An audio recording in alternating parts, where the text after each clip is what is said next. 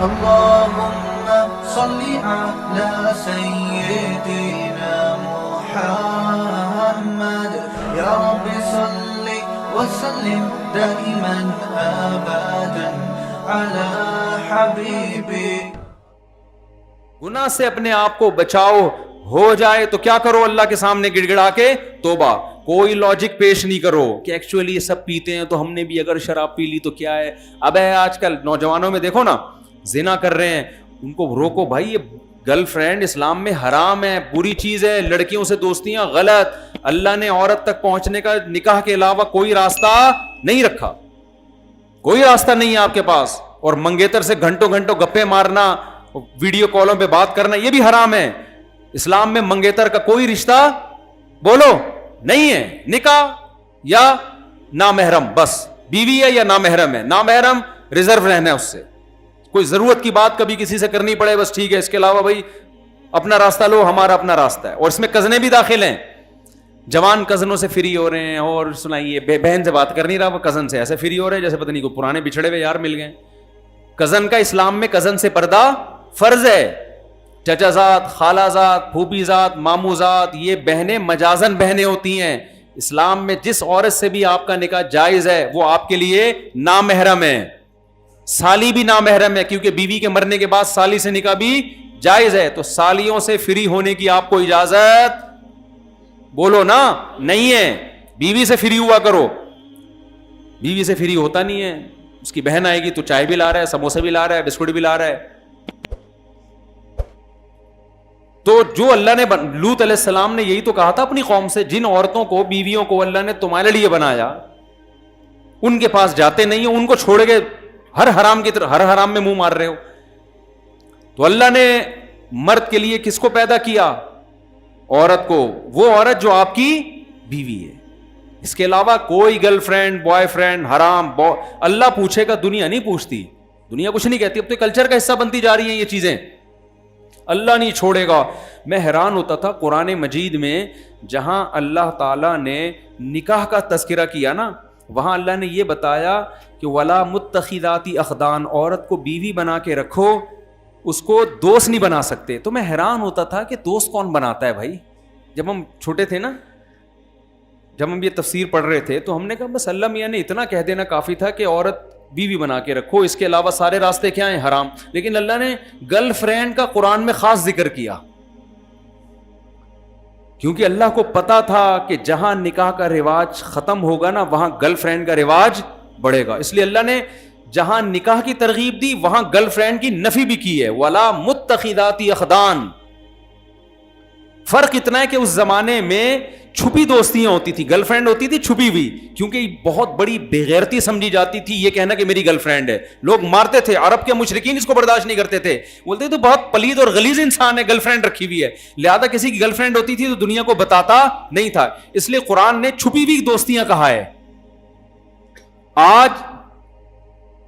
آج وہ دوستیاں چھپی ہوئی نہیں رہی ہیں بلکہ کھل گئی ہیں. اس کا مطلب اتنے بے غیرت بن گئے کہ وہ دور جاہلیت میں جو زانی لوگ تھے نا، آج کا نوجوان ان سے بھی 2 قدم آگے نکل گیا. وہ بھی زنا کو چھپاتے تھے، دوستی رکھتے تھے عورت سے چھپ کے، دنیا کو پتہ نہ چلے. لیکن آج کیا ہے؟ بتا رہا ہوتا ہے یہ میری گرل فرینڈ ہے.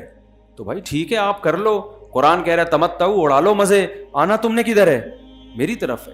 اور کبھی اللہ کہتے ہیں میری طرف آنا ہے، کبھی کہتے ہیں آپ کی طرف آنا ہے، جہنم میں جانا ہے تم نے. تو اس لیے اب جب نوجوانوں کو منع کیا جائے گرل فرینڈ مت رکھو، کیا کہتے ہیں بھائی آج کل تو سب کی ہوتی ہیں، آج کل تو سب کی ہوتی ہیں. بھائی یہ کہاں فحش چیزیں نہ دیکھو، سب دیکھ رہے ہیں. اگر کسی کو لت پڑ گئی ہے بھائی توبہ کرو نا بھائی، بچنے کی کوشش کرو، کسی بزرگ سے اصلاحی تعلق قائم کرو. حضرت مجھے اس گناہ کی عادت پڑ گئی ہے، میں کیسے چھوڑوں؟ وہ بتائیں گے طریقے آپ کو. کچھ بڑھو تو صحیح آگے، کوشش تو کرو. آپ نے جس کو فحش فلموں کی عادت پڑ گئی ہتھیار ڈال کے بیٹھا ہوا ہے کہ یار مجھ سے تو چھوٹ ہی نہیں سکتی ہے، نیٹ پہ بیہودہ فلمیں دیکھتا ہوں چھوٹتی نہیں ہے، اب نہیں ہو سکتا. نہیں بھائی ہو سکتا ہے، کوشش کرتے رہو، پھر گناہ ہو جائے پھر توبہ کرو، اہل اللہ کے پاس جاؤ، بزرگوں کے پاس جاؤ. حضرت یہ گناہ چھوٹ نہیں رہا. دیکھو کسی کو چرس کی عادت پڑ جائے اور ڈاکٹر بتائے، یا ہیروئن کی عادت پڑے، ڈاکٹر بتائے 6 مہینے میں تو مر جائے گا، سارے ڈاکٹر لکھ کے دے دیں، اس ہیروئن چی کو خیال آئے گا نا بھائی اب اس کو مجھے چھوڑنا ہے, تو وہ سب سے پہلے نفسیاتی ڈاکٹروں کے پاس جائے, بھائی مجھے ہیروئن کی عادت پڑ گئی ہے, کچھ چھڑواؤ یار. ہاسپٹل چلا جائے گا نشے کے, کوشش کرے گا کہ نہیں کرے گا؟ خود نہیں چھوٹ رہا, جا کے ایسے لوگ ہیں نشئی ہوتے ہیں, اداروں میں جاتے ہیں. ہمارے ایک دور کے جاننے والے تھے, لڑکے کو پینے کی عادت پڑ گئی شراب, وہ چھوڑنا چاہتا تھا چھوٹ نہیں رہی, اس کے ابا نے جا کے پتہ نہیں کون سے سینٹر میں جمع کرا دیا نا بتائے بغیر. 4 مہینے تک نا بولا اس کو نکلنے نہیں دینا یہاں سے, فیس جمع کرا دی, ٹھیک ٹھاک ہو کے آیا, وہ فٹ فاٹ چھوٹ گئی اس سے. سمجھ رہے ہیں نا؟ تو بھائی ایک تبلیغی جماعت ایک سینٹر ہے, 4 مہینے کے لیے جماعت میں نکل جاؤ, وہاں نہ فلمیں دیکھنے کا موقع ملے گا, نہ گرل فرینڈ سے باتیں کا موقع ملے گا. 4 مہینے میں انشاءاللہ انسان کے بچے بن کے آؤ. بعض لوگ کہتے ہیں میں انسان بن کے آیا تھا, دوبارہ گناہوں کی لت پڑ گئی, دوبارہ نکل جاؤ. سمجھتے ہو کہ نہیں سمجھتے؟ دوبارہ نکل جاؤ, پھر بچو, پھر نکل جاؤ.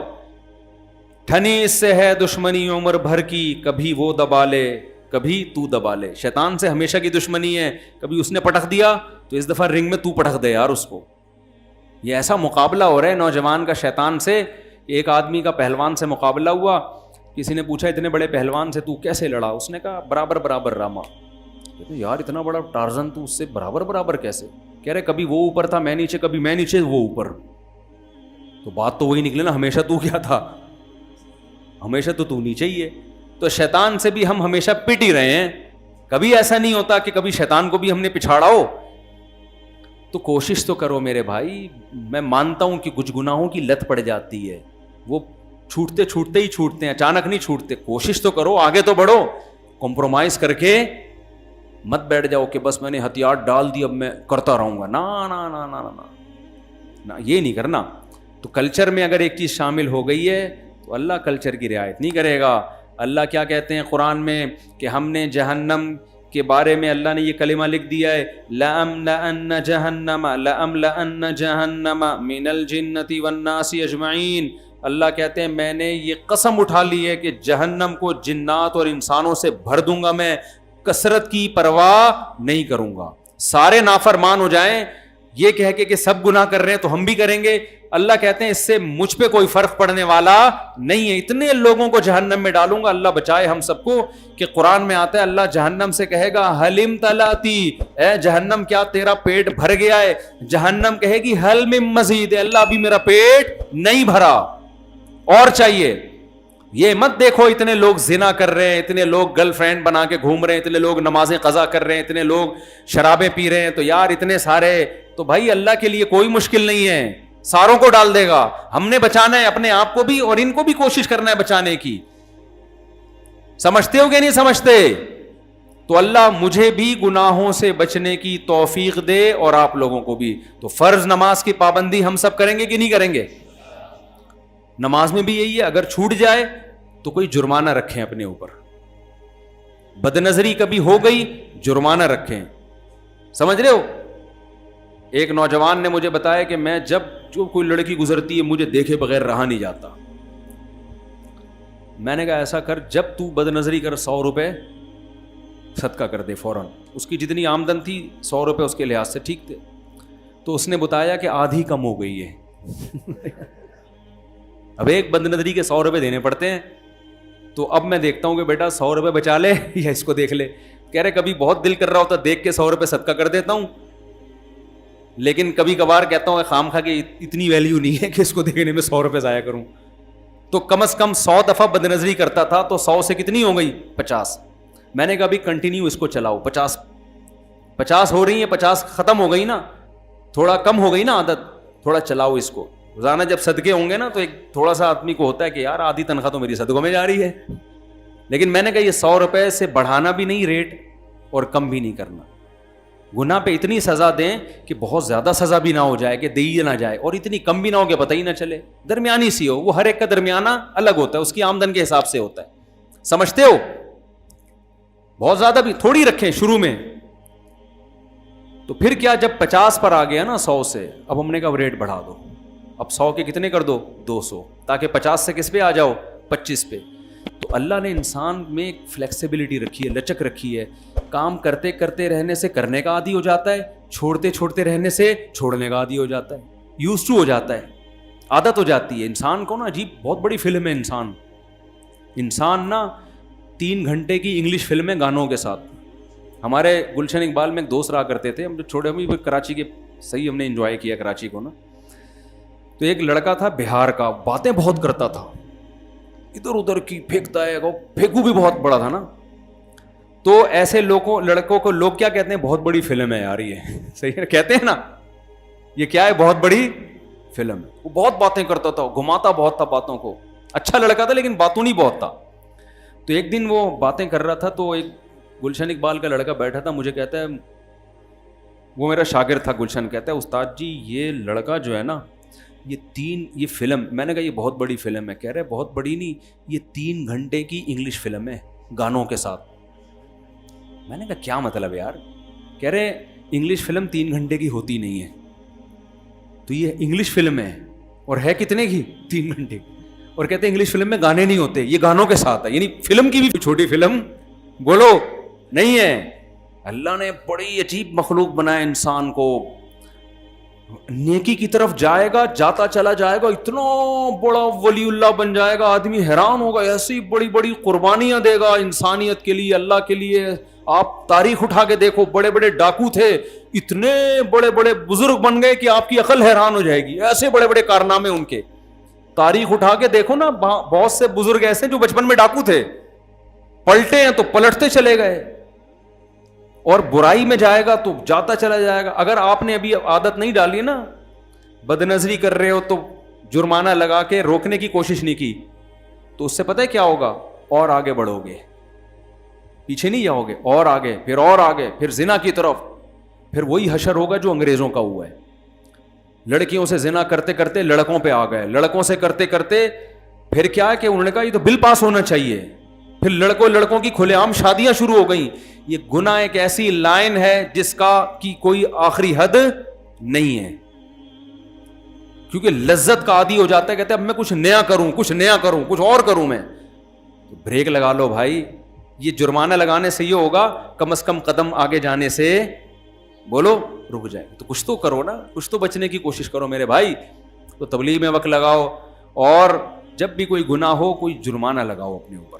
سمجھتے ہو اللہ ہم سب کو عمل کرنے کی توفیق عطا فرمائے. اور جو بالکل ہی لونڈے لپاڑے ہیں, جیب میں دھیلا ہی نہیں ہوتا, وہ کہیں گے ہمارے پاس تو 100 روپے گٹکے کے تھے, وہی ہم بدنظری میں لگا دیں گے, تو ہمارے پاس تو گٹکے کی ٹینشن الگ, بدنظری سے بچنے کی ٹینشن الگ.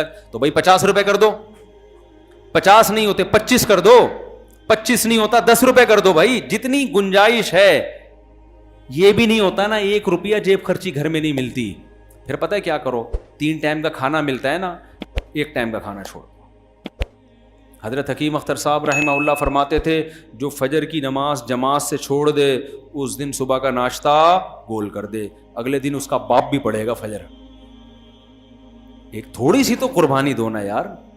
صبح اٹھا نہیں جا رہا تھا, ٹینشن ہو رہی تھی, تو اب تو اٹھا گیا نا, اب تو اٹھ گئے نا, 11 بجے اٹھ گیا, چھوڑ دے ناشتہ نہیں کرا, کچھ تو سزا دے. میں بتا رہا ہوں اتنی زبردست سزا نہ ہو کہ سزا دینا ہی مشکل ہو جائے.